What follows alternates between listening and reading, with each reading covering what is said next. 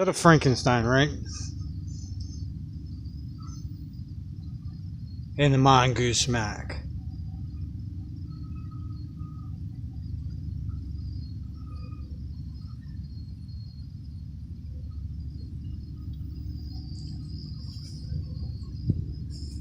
The pipe for it is being made right now as we speak. I've had a lot of issues with the pipe being made. I had some issues with a guy who told me he could weld. Well, not so much. Yeah, what I like to call fucking hick welding. Let's burn some holes in it and let's JB weld this fucker together. Yeah. But it's in a muffler shop now. They're doing it. So, okay. We're going to change the tires out today. We're going to change this disc brake out, this rotor. And the reason being is because something about these mongooses, I don't know if it's any other bicycle or what. But you see where these pads run? Okay, you can see their wear mark on the rotor. It's not running a full rotor. And the reason being is because actually these rotors are not 160s. They're more like a 158, maybe a 157. They're not true 160s. They're cutting short. Yeah, so you're not getting your full stopping potential. They must be changed. And these tires are okay, but they whine and growl on the street. I do not like that. I do not like that. Does it run? Yes, it does run. I know you're going to ask me, well, how do you know without a pipe on it? Well, I did a test fire with a pipe in my backpack in pieces this morning when I was going to the muffler shop. Once the crankcase got full of prime, it took off like a big bird. Once the pipe is in my hands, which will be tomorrow, then I'm going to go from there. I do have a couple of problems. Well, I did have them. I'm going to say I don't have them anymore. Okay, these front motor mount straps for these Zetas are wider than the stock China motor mounts. It's been changed, which I don't mind. I didn't have a problem with that. I didn't have a problem with that at all. The problem with it is when I got the engine, the strap was not put in the box. And I know you're probably wondering, well, but then he sent you one. No. I sent the seller a message about the strap and a fuel filter. They never replied. So I got to digging in my shop. Okay. And I had an engine, a ZL rod engine, with a 40 millimeter front mouth on the engine on this frame. I took its front motor mount strap and used it on the Zeta. Perfect match. It fit. So all my junk that come out of my shop, every bit of it, it's all going to the junk man's house. And without him and another buddy of mine, I couldn't have made this build possible. So I got to give him the props, man, because he loaned me his torch. And the other guy gave me all the time in the world that he could allow to give me. It actually takes two people to build on this particular frame. You cannot do it alone. And if you can, then you have then you got a lift for these, a bicycle lift, so you can hoist it up in the air. I don't have that. So. Yeah. That's it, boys and girls. Oh, one more thing. There's one more thing.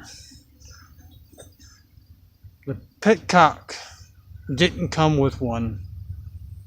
It didn't come with a petcock either. And I know if I'd have sent a message to the seller, he would have never responded about that either. So I put a petcock in it, and it leaked like a sieve. And then I had to try to fix it. It still leaked like a sieve, so I changed it out for another one. This is a fuel filter off the black and yellow bike. And then it's a petcock off another one with a damaged tank. And the strap on a motor I wasn't using.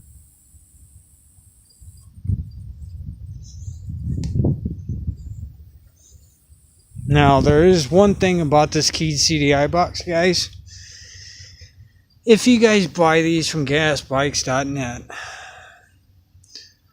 all of these wires are not finished. Okay, they're not finished with butt connectors, nothing. All these butt connectors you see on here are factory style. That's because I put them there. I had to actually heat shrink, solder, and put these together myself, because they sent me some shitty ass shit, and I've got a bunch of factory pieces, and that's what I use from stock CDI boxes and magnetos that are junk, no good. That way you got full plug and play. There's no bullshit. Now, one thing is about this is when you get this doesn't come with a bolt either. This does not come with a bolt. So you had to find a bolt your damn self. Which I didn't nut down. I didn't realize I must have lost the nut in the washer, but I'll find it eventually. One thing I did do, and I did have to replace, was these front motor mount bolts. I had to go to a hardware store and buy longer ones. There was no other way around it. Because if you put an aftermarket motor mount here, it lifts the frame up too tall here, and you can't get to the plug. Yeah, so you gotta watch what you do here. Including on top of these bolts here, I did buy a brand new mount, you know what I'm saying, bolts for the pipe itself. Same Allen head style bolts as these. Them 4 bolts alone cost me $7 damn. And them's just the bolts. Yeah. And my white bike had to take me to go get them. So other than the fuel filter, the petcock, and you know the motor mount strap, I'm happily impressed. I'm happy with it. I'm not complaining, but you know, the next time I just hope he ups his game on inspection of making sure everything is in the package as needs to be. Please. You do good work, man. I'm not saying you don't. But when parts are missing and these engines are really unique, well, you're kind of hurting yourself, because if nobody can get a hold of them parts, well, then what do? That's a riddle within itself, if you really think about it. I just happen to get lucky and have parts on hand. So, if you buy one, do yourself a favor and make sure everything is in that damn package before you start bolting shit up. And before you tell the seller, oh yeah, it's all good. Because I just opened this puppy up. I was just so happy and overjoyed that I overlooked them little fine things, and it could have cost the whole fucking thing after I had done invested all this money. So, words of the wise, from a not so wise man.